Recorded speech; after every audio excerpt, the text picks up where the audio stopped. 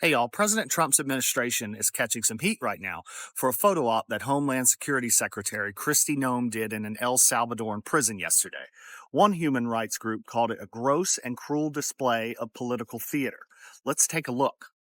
I also want everybody to know if you come to our country illegally, this is one of the consequences you could face. Know that this facility is one of the tools in our toolkit that we will use if you commit crimes against the American people.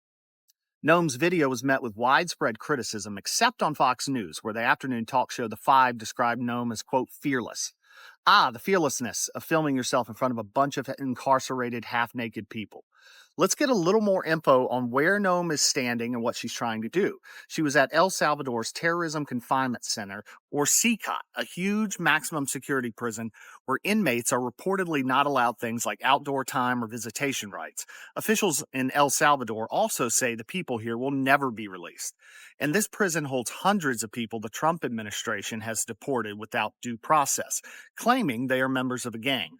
Reporting at multiple outlets has found that immigration officials targeted Venezuelan men with tattoos and not much else to detain and then deport those immigrants. Let's cut to the chase. The point of this video is for Americans to look at these shirtless, tattooed, brown-skinned men in the background and fear them, to say, thank God the Trump administration has kept them off my streets. But replace these men in the background with a bunch of jailed, cooped up, shirtless white Americans and see what happens. It would be a national outrage. Fox News would be running wall-to-wall coverage. And we've seen this in America before.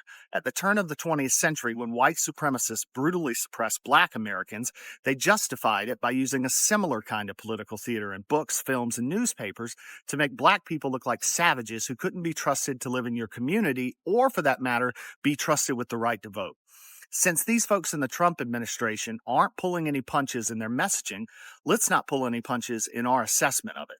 It's racist, dehumanizing propaganda, and it celebrates a prison with no regard for human rights. Americans, whether they're liberal, conservative, or in between, should condemn it. What do you think about Kristi Noem's video, North Carolina? Tell us in the comments.